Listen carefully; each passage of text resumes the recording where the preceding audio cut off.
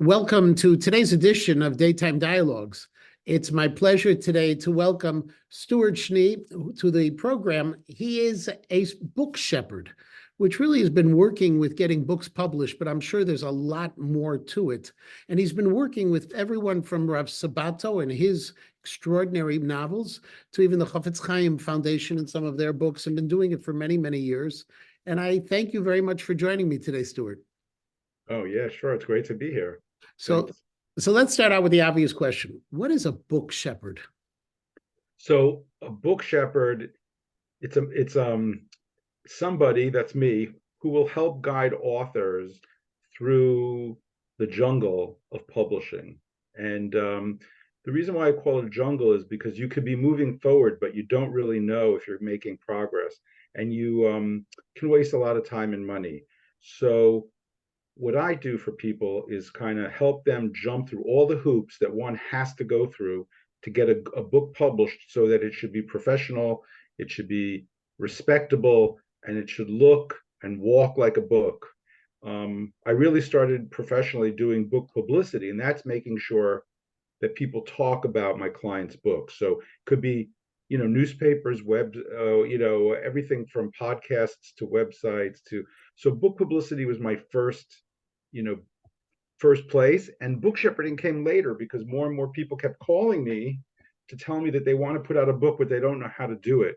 Because today it's a very democratic kind of approach. You don't need to go to a publisher to put out a book. So, what is, can you give me an example of a book that people would know about that was surprising in the process that had you not stepped in, it wouldn't have happened? Oh, wow. you know, so I'm a little hesitant to give names just because, but I can tell you, I'll give you examples. Okay.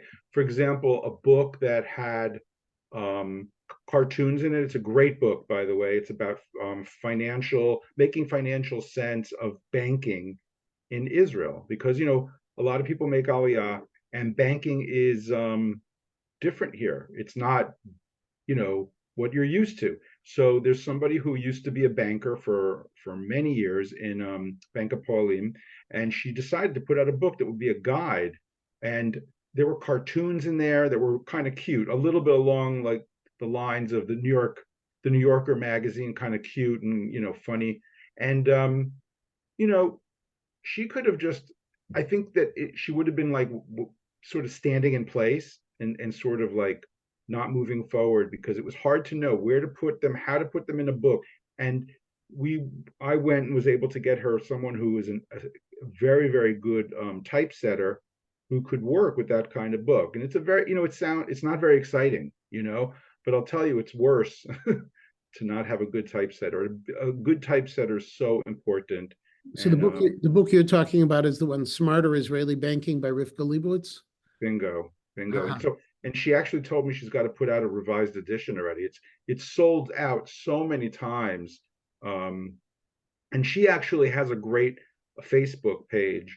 It's a group with thousands of members called Living Financially Smarter in Israel. I recommend it very highly. So there are so many books that are published every year. I just received an email recently from Corin. We used to work with them in the Toby Press 20 years ago, that this year they put out 100 titles, which to me is a massive number. Is it really, like, where is it so difficult to get books published? It seems like if one publishing place puts out 100 and Amazon can do the self-publishing, why is it so hard to get a book published? Well, it's not hard to do it through Amazon. It is kind of hard to do it through Corin. So for if Corin printed 100 books, which, considering what kind of year we've just had and we're still in, it's pretty, you really have to give Corin a lot of credit for getting out 100 books. And I've worked on some of them. I'm working on one now called Frayed, which is a studious look at the religious Zionist community by Yair Ettinger, and that's a Corin book. Actually through Toby. Yeah, through Toby, but that's just one of their imprints. Look, for every book that Curran put out, there's quite a few that they decided not to do. We'll never know about those. You know what I mean? Um, but why is it hard? It's hard because um, publishers are not trying to give people a hard time.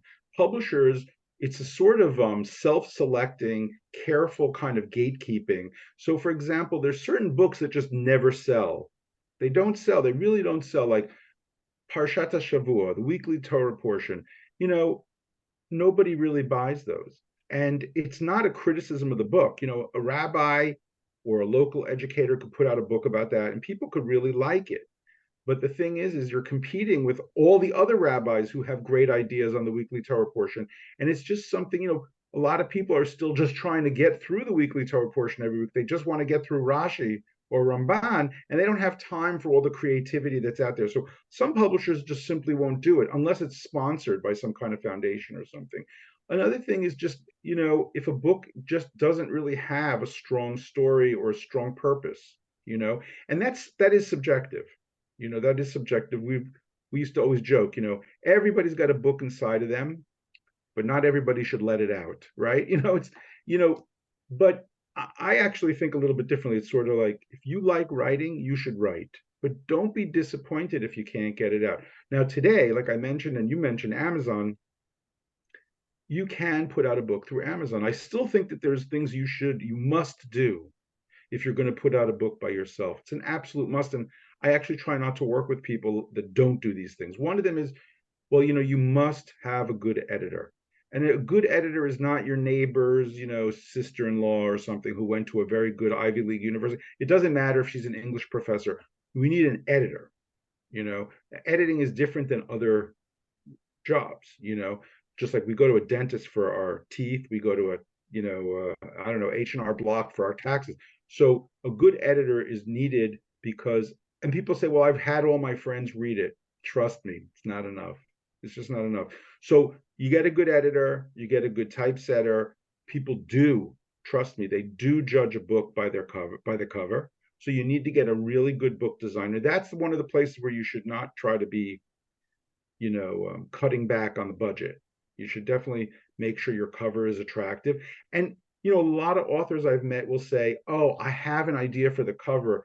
I got this picture when I went camping in Vermont. And I'm like, okay, that's, let's keep that in mind. You know what I mean? But like, we're going to go, I only work with graphic artists who do book covers because there's a lot of wonderful graphic artists that I've worked with who do amazing websites or all kinds of great design. But when it comes to books, they don't have any experience. And my job with my clients is to not, you know, not to go to places where we're going to end up frustrated and spinning our wheels. So I try to go to people who've done numerous book covers and good ones, of course. So don't get stuck. I tell authors, don't get stuck in the image you have in your head of that camping trip in Vermont and the beautiful lake. You know, that might not work on a book cover, you know. So you need to do all the things that you need to do to all, you know, all these steps along the way to make sure your book looks like a book. And last but not least, definitely not least, is book publicity. I mean, that's what I've been doing for, you know, over 20 years. And you know, people, I heard somebody say this once, it's one of my favorite lines. Book publicity costs money, but anonymity costs more. And to go through all the effort of writing your beautiful book and then not letting people know about it is such a shame, you know. Of in all of your year, what's considered a bestseller in the Jewish market? Like how many copies would a person sell? I think the general rule is, you'll be surprised, I think, is that if you sell 3,000 books, you've kind of made, you broke even. I don't mean the author has, because if the author put out money for this, it doesn't mean that he or she will make back their money. But from the publisher's point of view, and that number may have changed a little bit, but you know, a lot of cookbooks do super well. Like I did the publicity for the first Beis Yaakov cookbook, and that book just, you know, from the starting gate, it just ran. You know, it just went. Jamie Geller's first cookbook, and that was one that really did very well. And so that, you know, cookbooks always sell well. But you know, recently there was a book that came out from Mosaic, reclaiming, what is it? It's by Rabbi Anthony Manning, Uh-huh. and reclaiming modesty. And it's a book, a gathering of thoughts from rabbis and, Right. you know, women educators, etc. And that book has done very, very well. I don't think that they expected, maybe they did, but all I know is they've had to reprint probably at least once, if not more. Um, yeah, so I mean, I don't know if that answers your question, but those are examples of books that really right out of the gate, boom, they just go. And that reclaim, so let's take that example of a moment. The Reclaiming Dignity book that came out from Mosaica Press. How many copies would you say makes it into a Jewish bestseller? Good question. Look, I think if they sell 5 or 6 thousand immediately or very quickly, I think people will be very, very happy. And if they get up to 10 or 15 or 20,000, which I think they may have done, um, that would be considered a bestseller for sure. And when someone comes to you and has this idea, you see all these books with memoirs. Um, how often are you able to tell, how are you able to tell a person interesting, but your kids will want to read about it, but maybe not so Right. That's well. a tough one. That's really a tough one. You might be surprised to hear, but I think deep down, I have found that a lot of people actually know it. When they call me, they contact me, and they'll say, like, I think this is really more just for my, like you just mentioned, my family or, sort of my followers, let's say it's somebody who's got a following. So then the question really is do you have resources that you want to put in to invest in the book? And, I'll help people make a decision not to work with me, that's for sure. And at times, I have clients where I can sort of guide them through them, like map it out instead of shepherding for them. Shepherding, I'm sort of in the front seat, and if I just map it out for them, everything, I'm sitting in the back seat and they'll have to do the work themselves. Um, you know, books are definitely like babies. Like nobody wants to criticize someone else's child, and especially not in public. And you I always tell people the first thing when they say I wrote a book, I always say Mazel Tov. That's the first thing because wow, you did it. I mean, I haven't written a book. I might promote books, but I haven't written one. So I think people should get credit for that. And then it's really a question of a reality check, and I can be wrong. I mean, um, that happens, like I've worked on books where we were so sure it was going to do well and it didn't do as well as we had hoped. And then there's books like, for example, Beis Yaakov Cookbook. We were very against the name. We thought the name was so niche that it was going to kill the book. And we found out that we're going on our gut, but people really thought, well, when they hear Beis Yaakov, like who knows how to make a kugel better than someone who went to Beis Yaakov? That I think that was the stereotype, right? So the book just did fabulously well. So can politely tell people, I think this. Oh, a lot of authors. If I had $1 for every author that says to me, "Well, I don't want to show off, but my book is very special," and I say, you don't have to apologize because if you don't think your book is special, how can you expect others to think that it's special? But memoirs can be very personal. So there are memoir editors out there who can really help you make a memoir something that maybe we can take it to the outside world and maybe we can do well with it. When a memoir is not your autobiography. It's not supposed to start, I was born a poor Jewish child in the shtetl, unless that's like really important to the story. And the idea is to focus on a lesson or lessons, etc. So I wouldn't say there's no hope for memoirs, but it can be tough to work with them. And what book would you want to see written that hasn't been written? Oh, that's such a that's such a great question. Um, I think that there's something very interesting happening with Israeli since Israel has been around. And like when I made Ali, I've been here a long time already, and there wasn't as much communication between Jews in Israel and Jews in the United States. And so I think that Israel really impacts American Jewry. Like I remember, I'm talking in the 80s I remember they started putting out hummus at weddings. And I remember thinking, oh, that's so cool. So today, like Israeli food is just part of American Jewish reality. It's not just the falafel stand, that every town had the falafel and the pizza. I think it would be very interesting to have a book that maybe is a mix of sort of research, but also anecdotal or like the more of a sociological look at the kind of give and take between American Jewry and Israeli Jewry. I think you see this a lot, especially in the Orthodox world, where I don't know the numbers. You probably know them better because you're an educator and a local rabbi. What percentage of kids today are coming to Israel from the Orthodox world? And a lot of them go back to the United States and they're impacted by it, you know? And so how are they impacted? What does it do? What does it do to shuls? What does it do to their Judaism? You know, and it's not just one circle of Orthodox Jews. It could be. It's also go to Lakewood and go to Teaneck, and in their own way. So I'd like to see a book like that. I don't know if it would be a bestseller, but I would like to see it. And in terms of Jewish publishing houses today, so there's a lot of names out there. Which are the top two or three in terms of production today?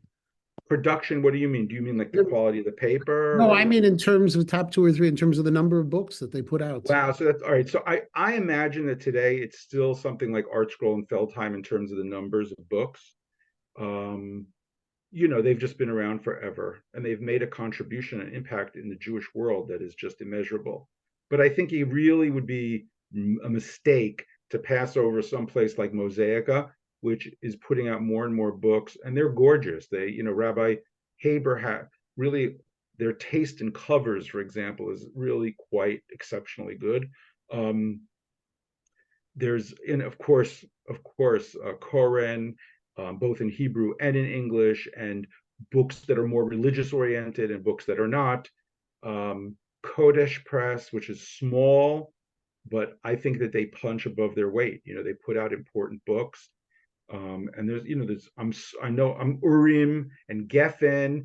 There's a lot. You know, I again, the Art Scroll and Feldheim are probably the biggest, but you know, if Koren put out 100 new books in the past 12 months, that is really impressive.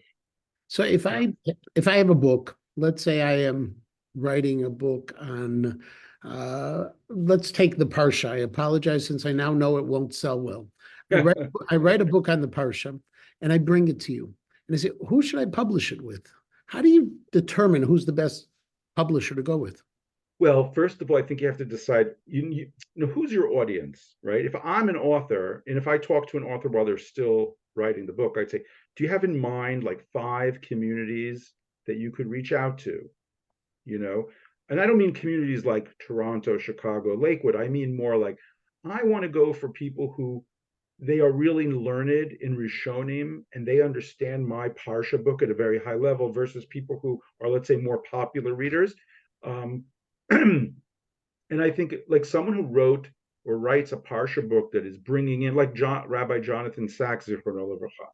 So like he couldn't be published by Art Scroll or Feldheim, and not because they don't respect him, but it's just a question of market niche. So the more open your books are, the more they include, let's say, Western ideas, right? The more they connect to modernity. Let's say there's a lot in there about the internet or something, right? I don't think Art Scroll or Feldheim would be your address, okay? And then I think if you're gonna, and if it's kind of on the scholarly side, so then maybe Corin would be, you know, a really good address. But Mosaic also prints a lot of serious books from serious people, you know. So um, it's not a clear, but I think it's like this. There's a clear dividing line between what I'd call the yeshivish printers, you know, publishers, and the non. And I think those are pretty well known in the Orthodox Jewish world, at least, right? But once you make that division, it's not so easy for me to always say where you should go within. Let's say in the yeshivish world, first of all, there's also Israel Bookshop, which is also a respected printer. So there's other places to go on the yeshivish side of the map. There are people in the middle. And then in the more modern space, you really have a lot of choices. Um, my gut would tell me try them all, you know, try them all. Can an author today make a living being an author of Jewish books? I don't know. I'll tell you what I think. I think that books are part of a bigger picture, you know. So let's say if you, for example, Rivka wrote a book about smarter banking, you know, she's actually a trained and licensed financial consultant, advisor. You know, she in Israel, you can't just like hang out a shingle, and I imagine the States also, you can't just start giving people advice on stock and stuff.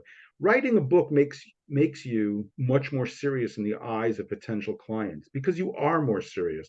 And so I don't know if you commit, you probably cannot make a living from selling the books. I mean, you really have to hustle.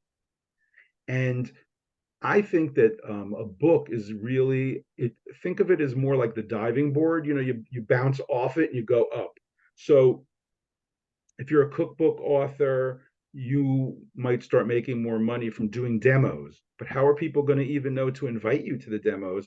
Oh, they're going to see your reviews, your book does well, people like your recipes, etc. Um, you know, Rabbi Manning, I forgot the name of his co-author because he wrote it with a woman who, I mean, I don't know if they're really doing this, but I imagine they could. They could be scholars in residence at shuls and stuff to talk about, you know, modesty, you know, and that's where the money comes because you charge, you know, you charge a fee to speak. Most shuls will pay a, you know, honorarium, especially for a big scholar. Cookbook authors, like I said, demos, financial people, and Jewish people. You know, even a person who writes books for kids can visit schools and libraries. That could be more of a challenge. It's true, but you do hear about authors going into schools or JCCs and reading their book, and the kids love it, the parents love it. Mhm. So on I that don't think book, Reclaiming Dignity, it's Bracha Poliakov and Rabbi Anthony Manning, just to right. give credit on it. Yeah, It's in thank other, you. in other words, what you're saying is that the the piece of the pie that an author would get when books are sold is really a very small piece. It's not something. It's not. Look, it can be bigger if, first of all, if they self-publish, which you brought up, you've alluded to that by saying Amazon, right? If you set up, let's say you wrote a book that's really popular, you know, and you have books to sell, you go to an event, you speak, right? Events are a whole other, we could do a whole, you know, podcast just on book events. But once you do a book event, and you sell the books there. I mean, the author, I don't believe should be selling the books. They should have someone with them. The author should be schmoozing with their readers. But the money made at those events is that makes up for a lot of the money of the books sold on Amazon or through a publisher because you most of the money goes to the pocket of the author. So when you do the math, selling books at events is quite lucrative over time. But you know, there's a lot of schlepping, a lot of traveling. There's other expenses. What would be the percentage that an author would normally get from a gross sales? Do you have an idea of that? 10% could be the beginning, and it could go up if the book does well and gets reprinted.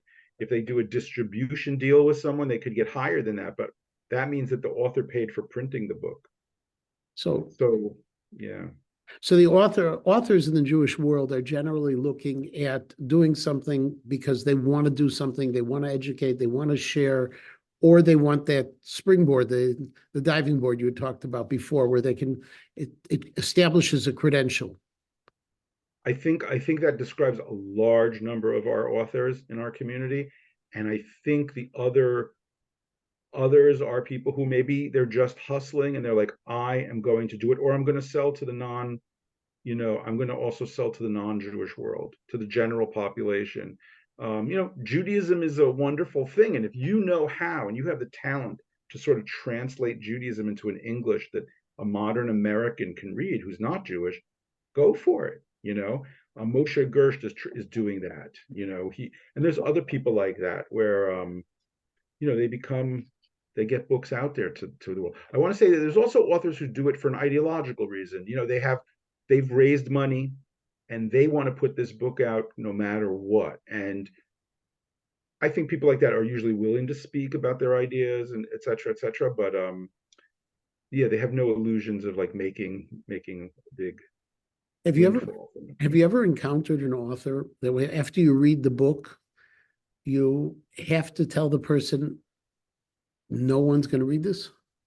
Oh gosh. Yeah, I had that about 2 years ago. It was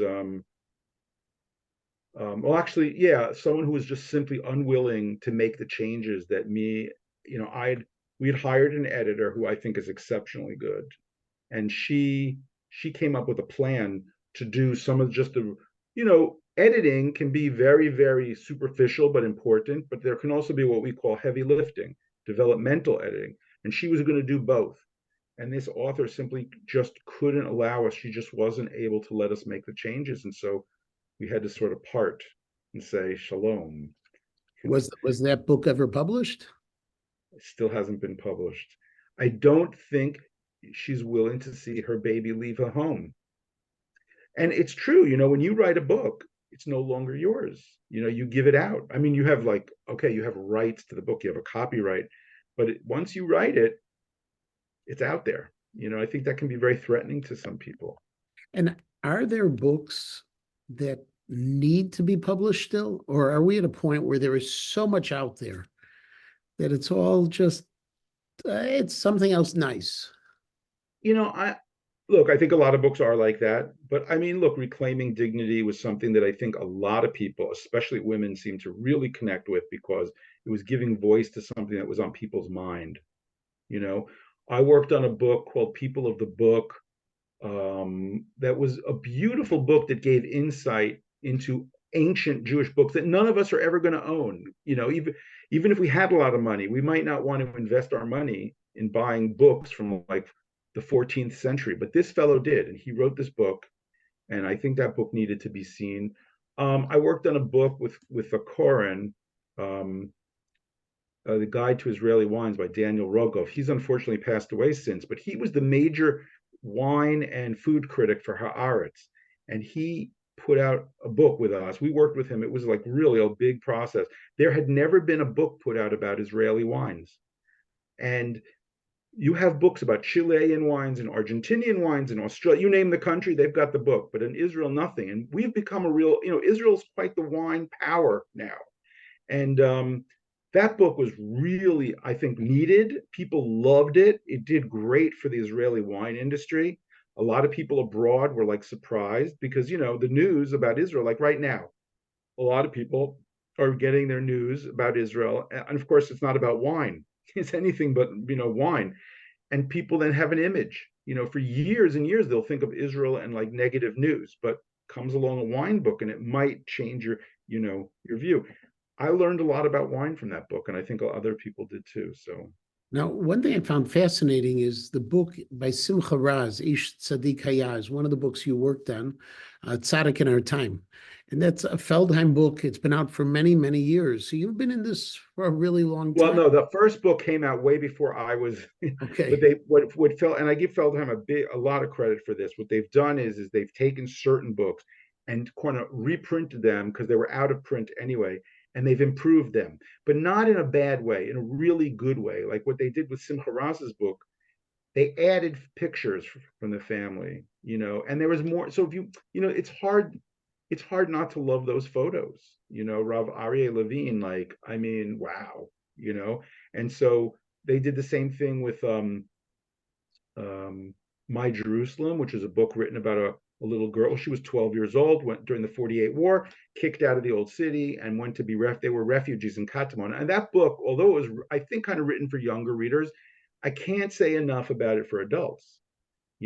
So but yeah, I have been doing it for a while. I have to give my parents a shout out because they're really book people. That's what I grew up on. First thing my parents did, they moved into their last house. Um, my father was like, "Where did these people put the books? There was no bookshelves, so he had to build them, and so before I did books, I did communications and publicity, and then it was a perfect match with books. The two of them. And believe it or not, Stuart, our time is up. I want to thank you for this conversation. It's fascinating. A book shepherd I've never met before. I haven't met regular shepherds either, but this idea of the complexity, I know I've encountered it myself in the couple of books I've been involved in putting out. And so I thank you for your time, and I look forward to further conversations with authors Yeah. and other people along the way. Thank Should you so much. And you ask really interesting questions. So thank you. Well, thank you. Have a wonderful evening and Okay. stay safe. Bye bye. Okay. Amen. All Take the best. care. Bye bye.